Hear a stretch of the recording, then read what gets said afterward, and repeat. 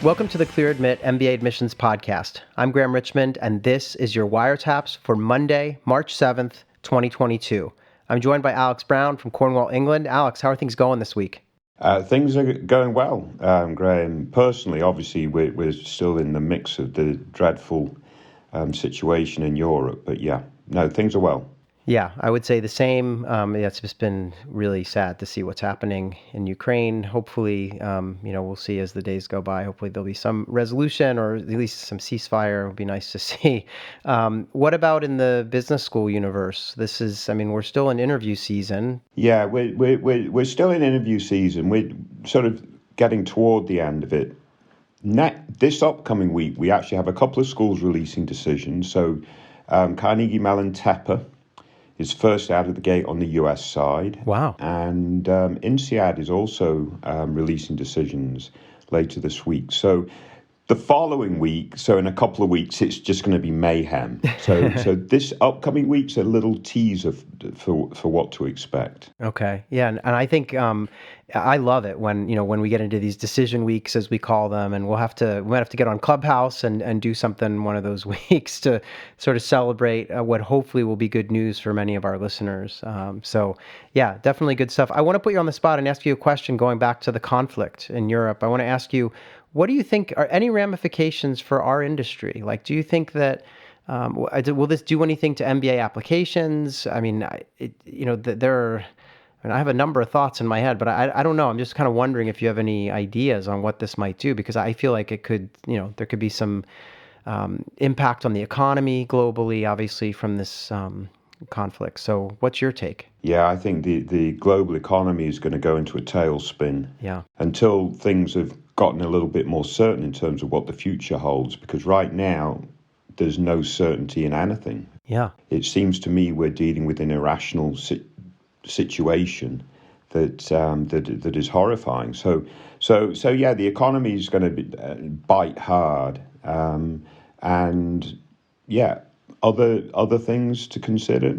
I hadn't really thought it through, but certainly on the economy side, things are going to get a lot worse before they turn around, in my book. Yeah, and I guess ordinarily we say, well, down economy means increased application volume to business schools, but it's weird. The job market's been so tight or so hot these days that we're hearing stories of people getting big bonuses not to go off to school, and so I don't know what'll happen. It'll be very interesting to see how this plays out for those of you tuning in who are thinking of applying next fall or something to go the following fall. So we'll keep an eye on it. I know this year has been a little bit of a down year for application volume, so we'll see what happens next year. But so in any event, it sounds like if Carnegie Mellon and others are going to start coming in with decisions, then we really are hitting maybe the tail end of interview season.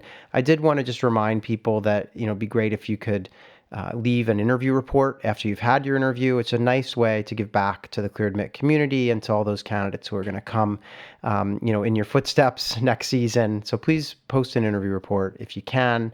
Alex, over on the website, we've been doing a lot of stuff, and I know we're going to talk about something very special today, but before we do that, I just wanted to mention that we posted a couple more Real Humans Alumni stories, and this past week we did someone who works at Google, and she did her MBA at Kellogg. She actually did an MBA/MS. It's in a kind of a MS degree in design and innovation that Kellogg offers in conjunction with the MBA.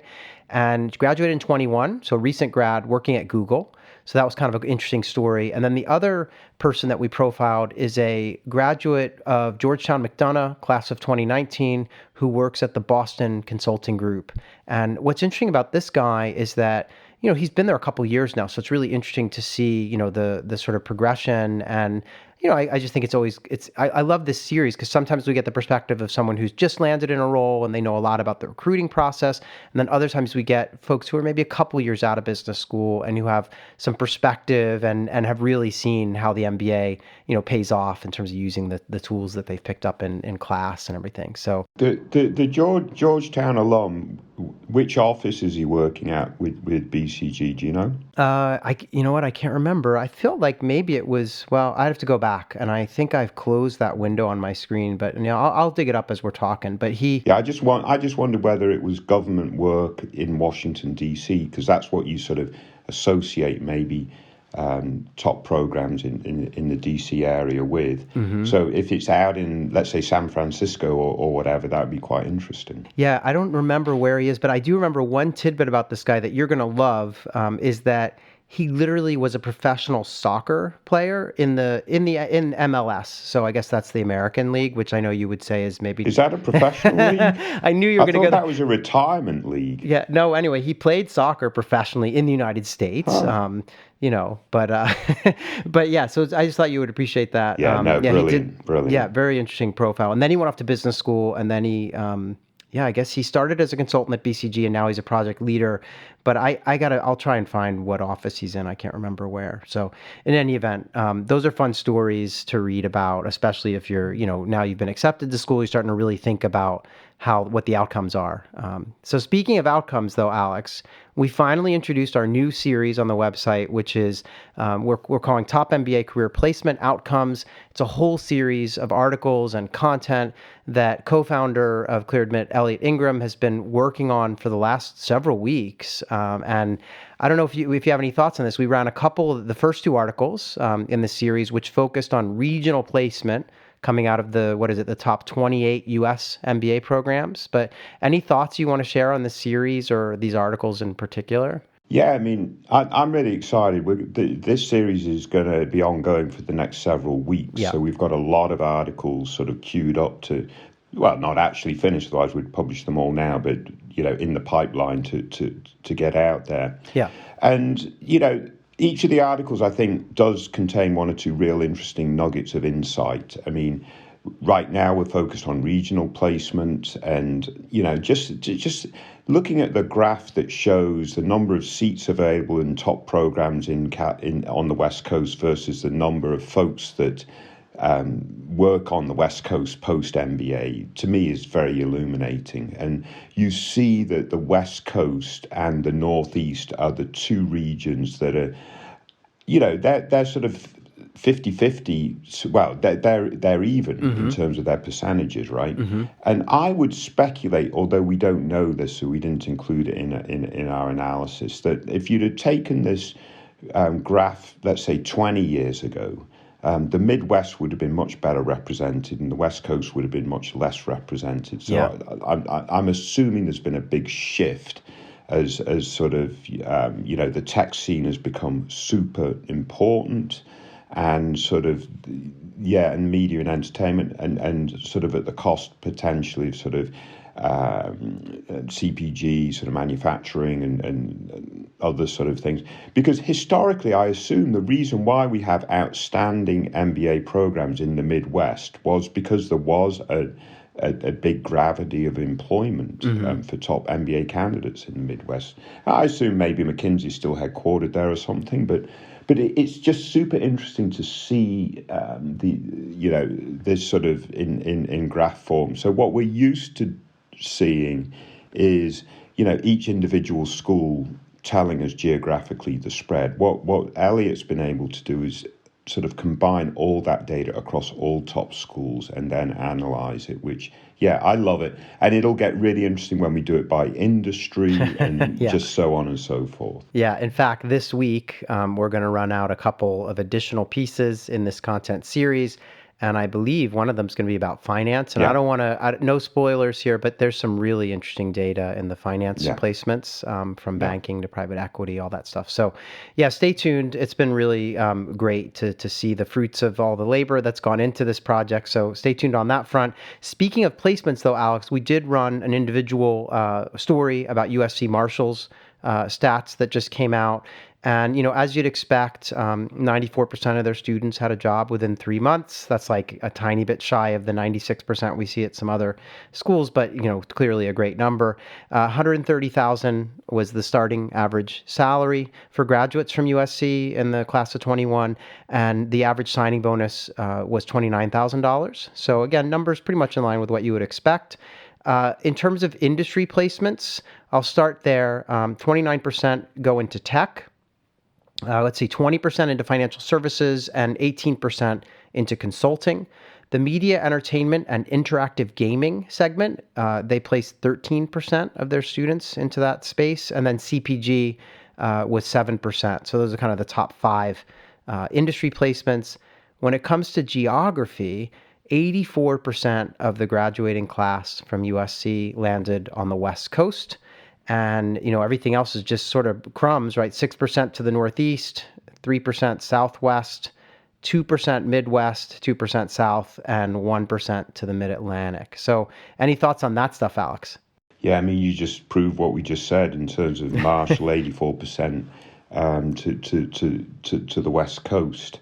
I love did you say 13% media and entertainment and interactive gaming? Yeah. A couple of years ago, that label wasn't even attached to an MBA graduate. And right. We know that there's more money in interactive gaming now than there is in film and music and so on and so forth. So what an emerging opportunity for top MBAs that are interested in that sort of media and entertainment space. Yep. It's got to be super fascinating. I mean, we don't even have to think about metaverse to know that this stuff is really fast-moving and super, super interesting. Yeah, and I actually saw just this past week that, Epic Games, who are the makers of Fortnite and some other, well-known interactive video games, and who are famous for being in some kind of a dispute with Apple, I guess. But I saw that they purchased Bandcamp, which I don't know if you know Bandcamp, but it's sort of the main hub for musicians, where you can post your music and and all that kind of stuff, and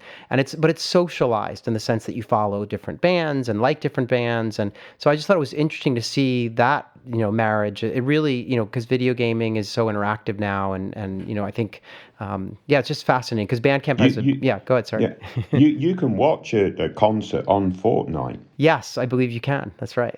that is a metaverse example in practice. I mean, there's been some sort of high-profile examples of that. But in terms of Bandcamp, is Panama on Bandcamp? Yeah, Panama's my band, and the music you hear at the opening of the podcast is Panama. Yeah, and we have a Bandcamp page too. But it's interesting because Bandcamp's whole setup is to pay artists a lot more than they're used to getting from, say, Spotify or something. So anyway, it's just an interesting development. And I do think, we often talk about, you go to a school in LA, like USC, good for media entertainment or interactive gaming. And it's definitely true. I mean, that 13% figure might be the high watermark or close to it for, that segment of placement across top business schools. So very good stuff there. Are there any top MBA programs in Scandinavia? Because they've got a really strong culture for the gaming industry. Yeah, that's where Spotify is, right? I mean, you have Copenhagen Business School in Denmark. Yeah. That's the only one that really comes to mind. I mean, there must be a school or two in, Sweden or somewhere, but I'm not sure actually. Yeah. So, in any event, moving right along, we've got nothing in the mailbag. I was a little sad. We didn't get any emails or reviews that I could read. So, and it's been a while. So if people get a chance, write a review over on Apple Podcasts, or at least rate the show if you're listening on Spotify. We always appreciate that stuff. And you can send us emails at info@clearedmit.com. Alex, I don't have anything else this week. I think we can get into the candidates if you're ready. I think you need to check the listener stats. Maybe no one's listening, and that's why we're not getting any mail back. So I did see recently, oddly enough, we have a lot of listeners. There are more people listening now than there were, a few months ago. So wow. It's growing, but they're not leaving us reviews. So whatever that, I don't know what that says. But anyway, all right. So let's get into the WireTaps portion, shall we? Very good. Let's kick on. All right, so this is WireTaps candidate number 1. So this is an ApplyWire entry, and it comes from someone who has 6 schools on their target list. They're looking to start school next fall, so they're going to apply in the coming months here, over the summer, I guess, and then they'll go to school in the fall of 23. They've got Columbia, Harvard, MIT, Kellogg, Chicago, and Wharton on the list. So it's, I guess we could call that the M6. It's just Stanford is not there. They have been working in manufacturing/engineering prior to business school. They have 5 years, or will have had 5 years of work experience by the time they matriculate. They want to switch out into consulting, and they'd love to go work at Bain, BCG, or McKinsey. Their GMAT score is a 700. GPA is a 3.6. And again, to date, they've had 3.5 years of work, but they point out they'll have 5 by the time they matriculate. They mentioned that the short-term goal being consulting, but that there's a long-term plan, which is corporate strategy or operations. That's, they're international. They live in, I guess they are from West Africa, but currently working and living in the U.S. for a Fortune 200 manufacturing company. They have a number of extracurricular activities, most of which seem to be, if not all, seem to be through their company. But they include sort of soccer mentoring and coaching, as well as doing some recruiting for their company at different schools. And they mentioned they do have some direct reports at work. So Alex, anything you want to add, or what do you make of this candidacy? Because they're clearly aiming for the best of the best in the U.S. Any thoughts? Yeah, I mean, you said they got 700 on the GMAT. The other piece of that is they've taken the GMAT 3 times. Right. So they really are reticent to take the test again, which is a bit of a problem, in as much as this could be a very good candidate. They are aiming at M7, right? There's not one program on their list outside of that tier, as it were. Even though that they've taken the GMAT 3 times, if they retook it and improved it by 10 points or 20 points, that has impact in my book, i.e. a 710 or a 720 versus a 700, much like a 700 over a 690. It's like if you can just squeeze the lemon just a little bit more, that might actually have impact, because again, they're targeting very top schools. Now, do folks get into these top schools with a 700 GMAT? Absolutely. I'm not denying that at all. They'll get it. There'll be a few people in the class in these top programs with a 650 GMAT. But, the other elements of their profile will be absolutely outstanding across the board. With this candidate, other elements of their profile, there's potentially a lot to like here. They're from West Africa. They've got good work experience, I assume, in the United States. Hopefully they can show impact at work and so forth. Their GPA looks strong at a 3.6, so I think that's going to play well with the AdCom. I'm a little less crazy about their extracurriculars in terms of it does look like it's all sort of through their company and so forth. So it doesn't seem to be sort of self-motivated extracurriculars as much. So I'm not sure. I'm not dismissing the extracurriculars, but I don't know that they're necessarily outstanding. They play soccer, that's fine, and so forth. And really, what would be good about this candidate is if their long-term goal, I understand their short-term goal, they want to go into consulting, that sort of helps sort of finish them up a little bit. Some folks, you think of consulting after the MBA as more like a finishing school type process. Right. But then the long-term goal, what I'd love to see is that this person is planning to go back to West Africa and has a really sort of good thought in terms of how they're going to make significant impact in the long run, rather than just being another exceptional candidate that stays in the States. Yeah. Competing with lots of other exceptional candidates doing interesting things in the States. If you actually go back to West Africa, your opportunity for impact is going to be significantly higher. So that's a little bit about my thought and why I really do. Well, there's two things. One is, yes, take the GMAT again. If you can get that 710, celebrate it. But also really think long and hard about those long-term goals. Yeah, I would say because it's March right now and they're not applying. I mean, there are no deadlines until September for these top schools, unless, I don't know if they're going to apply to, Columbia or something early, early decision but I don't even, anyway, that aside, they have time. And I wonder if they really feel like, gee, it's the verbal, where right now they're at the 80th percentile with the verbal and 74th math. And I know that the math is technically lower than the verbal, but it's actually hard to move the math up. I mean, the math is, you go from like 74 to I think it goes right up to 80 something just for getting one more question because it's so it's just the curve has been kind of blown in the GMAT quantitative section. Whereas verbal, it sounds like there's still some room. And I was saying to you earlier, wow, if they could just get up to the 90th percentile in verbal, that would do wonders for their overall score. So I was going to say, just get a tutor for the verbal section or something, or, it might really pay off in the long run, not only in terms of where they get in, but there could be some scholarship dollars that, kind of are on the line as well. And I agree with you. Goals need some refining. I'd love to know more about the long term. I would like to know more about what they're doing right now, because maybe the long-term goal could dovetail with that. Like maybe they have a deep experience in a specific sector that would relate to a long-term goal, and maybe they could bring that expertise or some element back to West Africa. So I agree with you on all counts there, and I think I was kind of curious to know where they went to undergrad, like if they went to undergrad in the U.S. or back in Africa. That would be good to know. And just to understand, like, well, what caliber of institution did they attend as an undergraduate? But I think the good news here is it's early and they have a lot of time. The work experience seems solid. I think they could take the extracurriculars and write about them in ways that might help them jump off the page a bit more. But I do agree with you. It's like, if everything's through work, it sort of feels like they're ticking a box. And so it'd be good to know that if they are mentoring soccer via a kind of work-sponsored activity, it'd be good to know that like all their life they've been doing stuff like that with soccer, so that it feels consistent and not just like, okay, I had to sign up for 3 activities at work that, make me well-rounded or something. Yeah.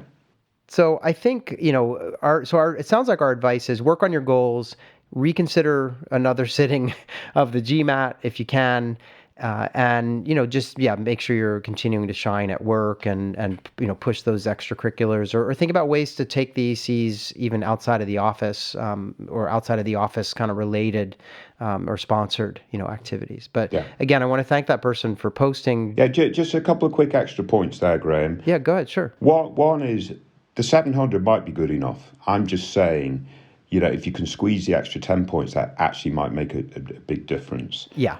So just wanted to be clear on that. But secondly, also, again, they've targeted only M7 programs. Our advice might also be spread your risk a little bit and seek out 1 or 2 programs outside of that top tier to sort of, if it's important to get admitted to the MBA this upcoming season, then they should probably be looking into that tier of sort of Haas, Yale, and Tuck, and maybe even down through to sort of, Ross. I mean, Ross might be a great opportunity for this person, but sort of Ross, Darden, Duke, Cornell, and Stern, and those types of programs.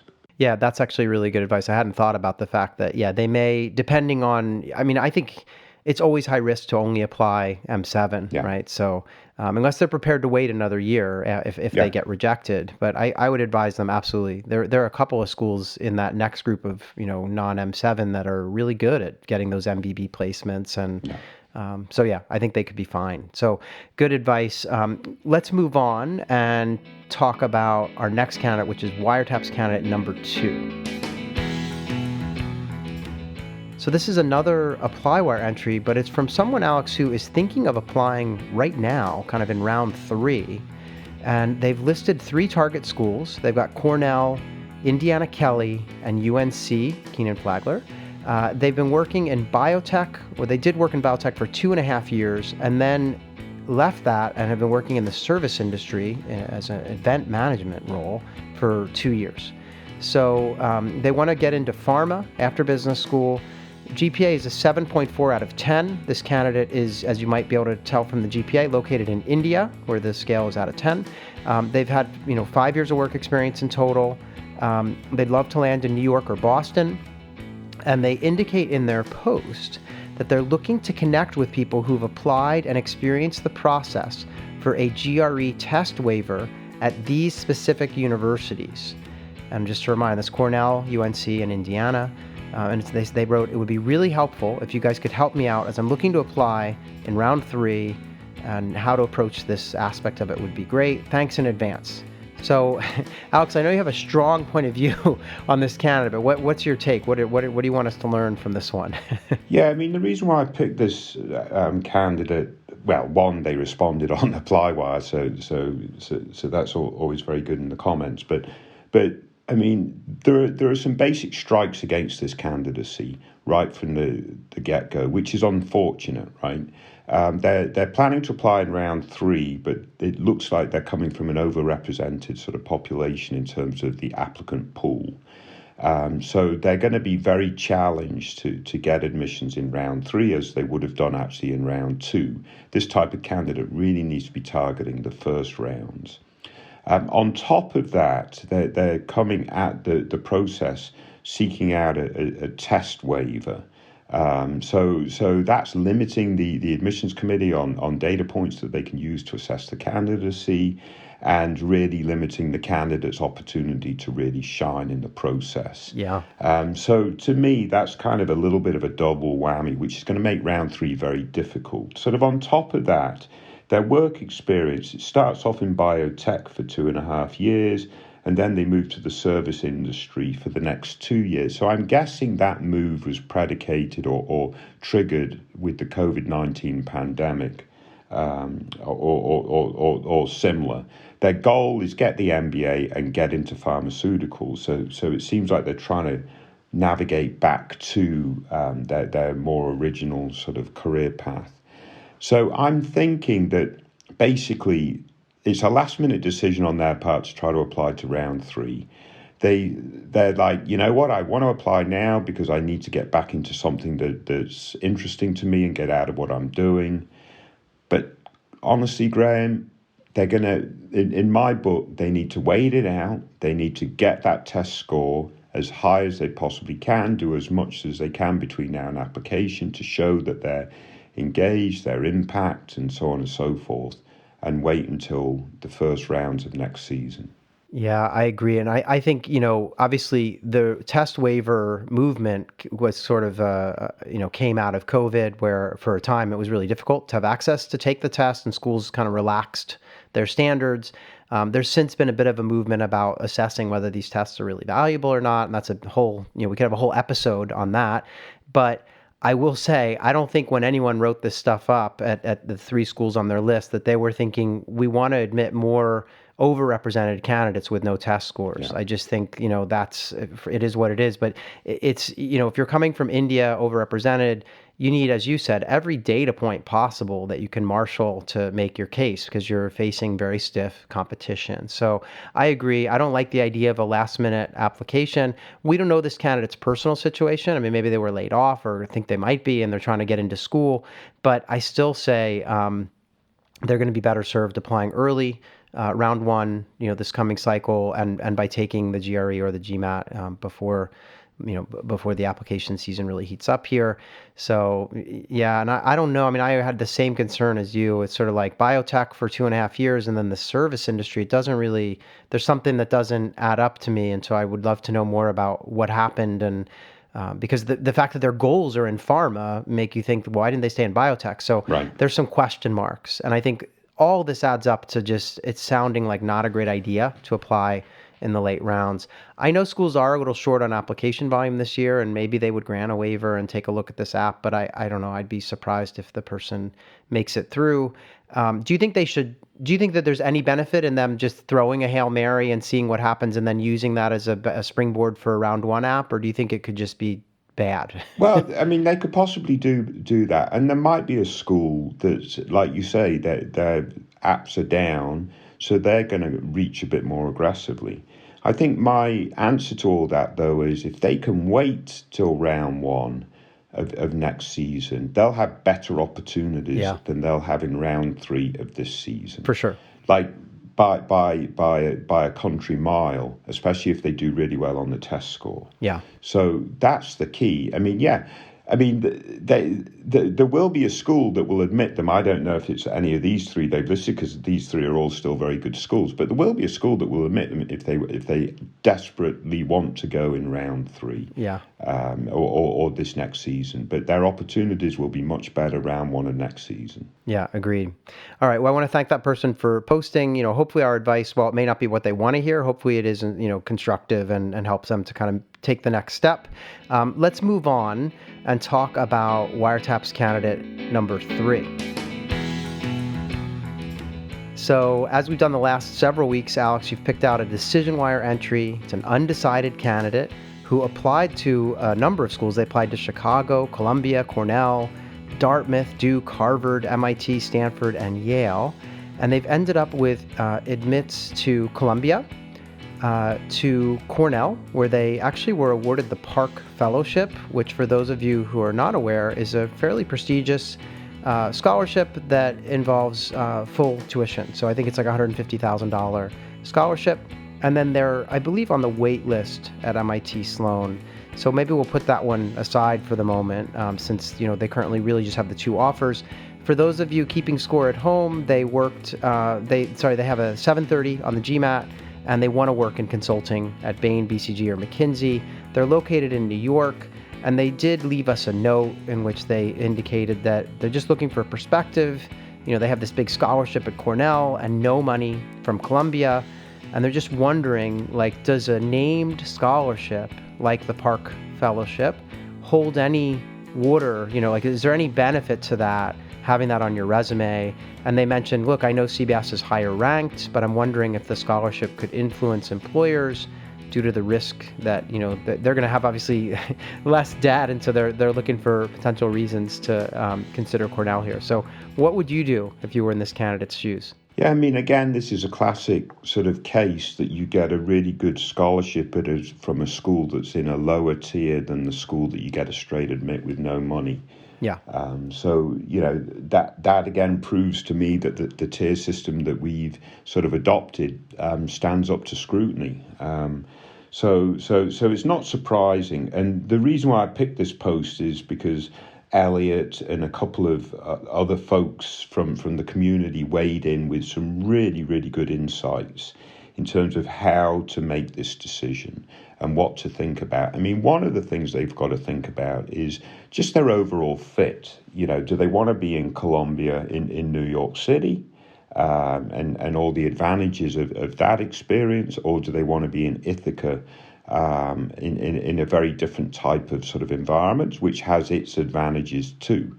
So, for me personally, I'd much rather be in Ithaca, but, I'm never a big city person, right? So, right. So that has to be considered. In the very short term, coming out of the MBA, yes, does the Park Fellowship help them a little bit in recruiting? One of the posters on DecisionWire made a very good case of actually it could do, in terms of when you're answering the question, why did you choose to go to Johnson? The response is, well, I was able to get this prestigious scholarship, only offered to X percent. It allowed me to make this choice over other programs that might have been considered better. So there's a narrative that you can play in that, maybe that first position coming out of the MBA that works well. But I would wonder later in your career whether you can still lean back to the Park Fellowship and whether the Columbia network kicks in and becomes more of a critical factor versus the Johnson network. So I would factor that element in a little bit too in terms of their overall calculus. But to me, Graham, again, it's just the classic decision. There's no right answer here, no wrong answer. It's about the individual's capacity for taking on debt, their risk adversity, and it's about a number of other factors. Yeah, no, I agree with you. And I think on some levels, a free ride at Cornell, I think, it starts to become a compelling, you can make the argument, right, with respect to, yes, Columbia is the higher ranked school, but Cornell's free in this case, effectively. And so you start to get into, so what I would argue is then you get into the fit and where they want to be. And you were, very accurately pointing out, you like being off in the middle in less populated areas. And so, Cornell has that kind of nice, close-knit, small community vibe. But, Columbia has the hustle and bustle of New York and a brand new campus that's coming online. I believe it's already open actually now. And so there are all these different factors, but I think it's a personal decision. If I were this candidate, I would not worry about, I don't think they're making a wrong decision. Like if they were to go to Cornell for the Park Fellowship, I think you'd have a hard time telling them, you've made the absolute wrong decision. Yeah. I mean, I think given that they want to work in consulting. Now, if they said that they wanted to do, asset management or value investing or something, then I don't know. I mean, it starts to get a little tighter, although Cornell's got a pretty renowned finance faculty too. So it just, I think they just need to figure out where they would be happiest. As we know, Graham, Cornell's finance faculty is more geared investment banking. Right, exactly. So, we know that, right? And yes, we do. Everyone else will know that next week. Yes, that's right. So I think it is interesting. It's a great quandary, and I just keep coming back to the idea that they really need to think about fit, because no one could fault them for going either way here. They're not the same programs. They're really different, and they need to decide where they want to be.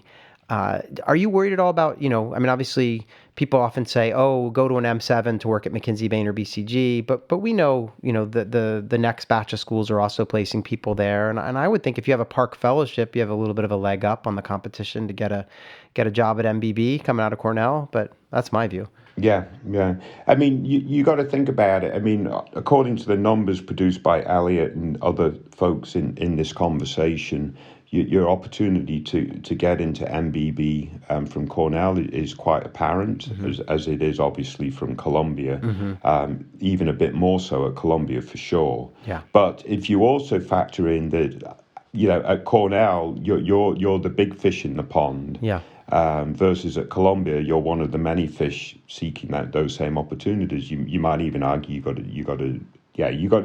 I don't think access to MBB becomes the one differentiating factor here. I think it's accessible for this candidate, particularly at both schools. Yeah, and that's why I would just go back in sum to the idea that they just need to figure out where they would be happiest, because I don't think they can go wrong. And these are both excellent schools, great facilities. They're different though. So they need to figure that piece out and follow their heart. It is 2 years of your life that you're going to spend somewhere. Are they in that new building or new location, Columbia, yet? I believe that, I think that they are. I believe that right after the holiday break, I believe they're using the new facilities now. So, it should be great. Because that has been a bit of a bane for Columbia in the last few years. So once they're in that new facility, that does change the dynamic there for sure. Yeah, absolutely. This is, Columbia was sort of one of the last top MBA programs to build brand new, amazing facilities. Obviously Wharton did it. Harvard has fantastic facilities. The other schools, Kellogg, MIT, they all introduced new buildings, Booth, in the last, let's say 15, 20 years. And Columbia was the last one to do it. And they just have done it. And I think it's stunning. And it's probably a great experience. And they used to have some crowding problems on campus in the old space at Columbia, and that's gone. So that puts them on, even better footing as they, compete with other programs. So any event, congratulations to this person. It's a no small feat to secure that fellowship and to get accepted to Columbia. And we didn't talk about the MIT wait list, but I think it's going to, in the end, probably just come down to Columbia or Cornell. Yeah. But in any event, best of luck to them. And thanks for posting. Alex, we've done it. We've gone through our candidates this week. We'll come back next week and do it again. And hopefully we'll have slightly better news on the Ukraine front. But thanks for all the work you do on this, and a lot of fun going through these candidates. Very good. Thanks, Graham. Best of luck, everyone. Stay safe.